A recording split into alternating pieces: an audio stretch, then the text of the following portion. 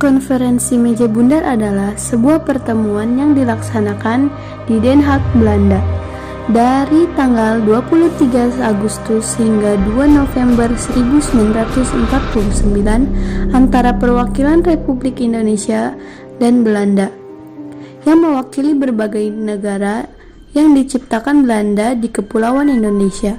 Dan sebelum konferensi ini berlangsung, ada 3 pertemuan tingkat tinggi antara Belanda dan Indonesia, yaitu Perjanjian Linggarjati pada tahun 1947, Perjanjian Renville 1948, dan Perjanjian Romroyen 1949. Dan konferensi ini berakhir dengan kesediaan Belanda untuk menyerahkan kedaulatan kepada Republik Indonesia Serikat. Belanda dan Indonesia terus melakukan gencatan senjata. Dan pada tanggal 19 Desember 1948, negara di Asia seperti India, Myanmar, Afghanistan, dan negara lainnya bersimpati kepada rakyat Indonesia. Kasihan terhadap Indonesia, mereka selalu dihantui oleh Belanda. Iya juga, sebagai negara tetangga, saya ingin membantu Indonesia. Iya, saya juga. Tapi kita harus bagaimana untuk membantu Indonesia? Permasalahan yang harus kita pikirkan sekarang. Kita tak mungkin berpaku tangan. Bagaimana jika kita bersatu dan bersama-sama mendesak agar Belanda tidak melakukan agresinya terhadap Indonesia? Baik, saya setuju. Saya akan menyatukan negara-negara Asia untuk ikut mendesak Belanda agar menghentikan penyerangan di wilayah Indonesia. Ide yang bagus.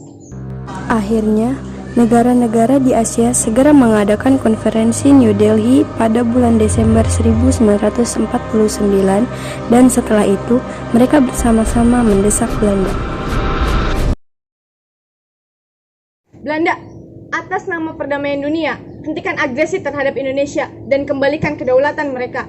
Dan atas nama kemanusiaan, tarik mundur serdadu-serdadu Belanda yang ada di Indonesia. Kamu orang tidak usah ikut campur. Apapun yang terjadi, kami akan terus menjajah Indonesia. Sudahlah, tidak usah menjadi sok pahlawan. Pulang saja ke negeri kalian. Ternyata, Belanda tidak memperdulikan desakan itu, hingga datanglah delegasi PBB yang berusaha turun tangan.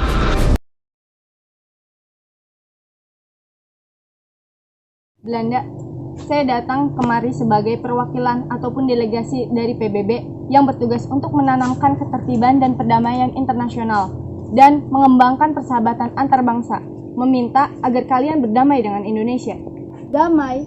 Kami tidak mau. Baik, kalau kalian tidak mau, berarti kalian telah melanggar peraturan PBB.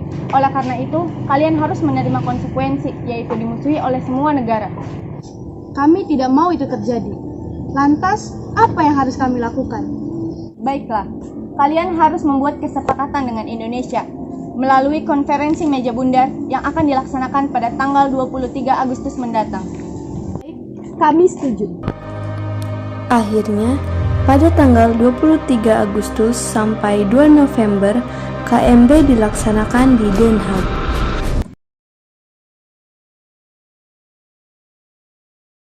Kami sebagai badan BFO yang berfungsi sebagai badan musyawarah negara-negara federasi yang mempertemukan Indonesia dan Belanda agar berunding mencari solusi dari sengketa-sengketa yang ada. Kami, perwakilan dari PBB, meminta agar kedua belah pihak mencari mufakat agar terciptanya perdamaian dunia. Mohatta, sebagai wakil dari Indonesia, apa yang ingin bangsa Indonesia harapkan dari perundingan ini? Kami ingin Belanda menyerahkan kedaulatan kepada bangsa Indonesia.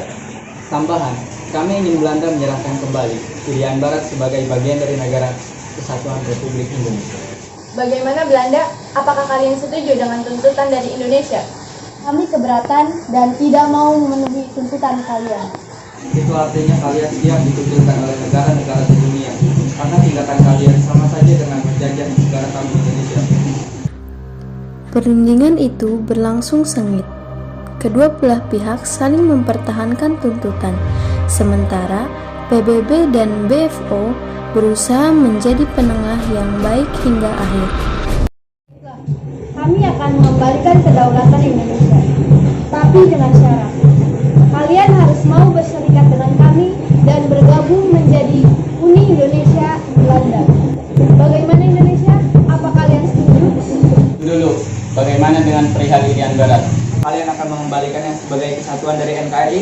Saya rasa perundingan ini akan berjalan mulus jika kalian mau mengembalikan Irian Barat kepada kami. Tidak mungkin. Tidak mungkin, Bud. Bukankah sejak dulu Irian Barat adalah NKRI? Dan kalian yang telah mengambilnya bukan? Ya, betul, dan kami menginginkannya kembali. Pihak Belanda mengerutkan dahi seolah-olah bagai pencuri yang tengah diadili. Ya baiklah, kami akan menyerahkan Irian Barat 1 tahun setelah Indonesia mendapatkan kedaulatan. Bagaimana Indonesia? Apakah kalian setuju? Ya, kami setuju. Acara selanjutnya kami serahkan kepada Tuan Sirke selaku wakil PBB. Baiklah, sebagaimana kita ketahui bersama, perundingan ini telah mencapai mufakat dan hasil perundingan ini akan dibacakan oleh Sultan Hamid II sebagai delegasi BFO. Jabundar ini menghasilkan 3 pokok penting, yaitu yang pertama, Indonesia menjadi Republik Indonesia Serikat dan Belanda akan menyerahkan kedaulatan kepada RIS atau Republik Indonesia Serikat pada bulan Desember 1949. Yang kedua, RIS dan Belanda akan bergabung dalam Uni Indonesia Belanda. Yang ketiga, Irian Barat akan diserahkan setahun setelah pengakuan kedaulatan oleh Belanda. Sekian hasil perundingan ini. Terima kasih.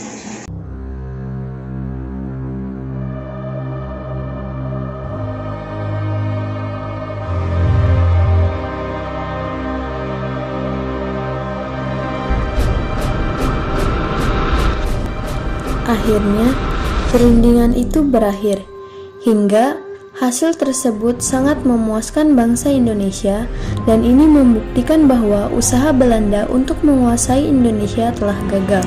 Dan tugas kita selanjutnya sebagai generasi penerus bangsa, mari kita sosongkan semangat tinggi agar kita bisa menjadi remaja yang cinta terhadap tanah air dan menjadi generasi-generasi yang berpendidikan agar negara tidak berlarut dalam penjajahan.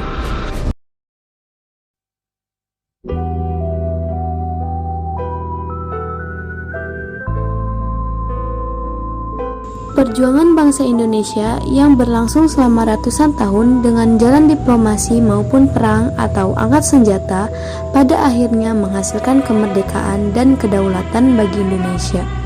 Peristiwa-peristiwa bersejarah pada masa revolusi tersebut tentunya banyak mengandung nilai-nilai positif yang penting untuk diketahui generasi sekarang dan mendatang. Nah, tahukah kalian apa saja nilai-nilai kejuangan selama masa revolusi kemerdekaan Indonesia? Nilai-nilai kejuangan masa revolusi antara lain adalah persatuan dan kesatuan, rela berkorban dan tanpa pamrih, cinta pada tanah air, serta saling mengerti dan saling menghargai. Yang pertama, persatuan dan kesatuan.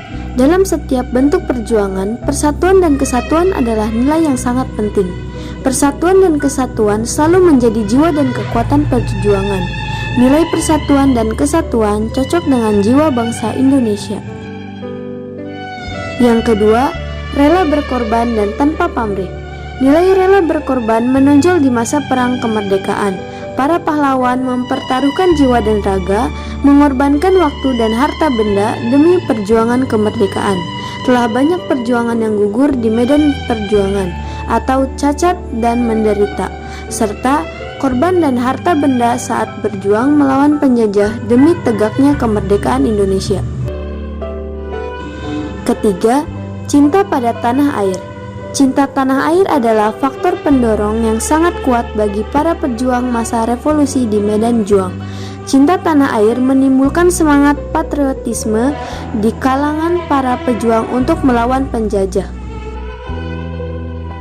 Dan yang terakhir, saling pengertian dan saling menghargai.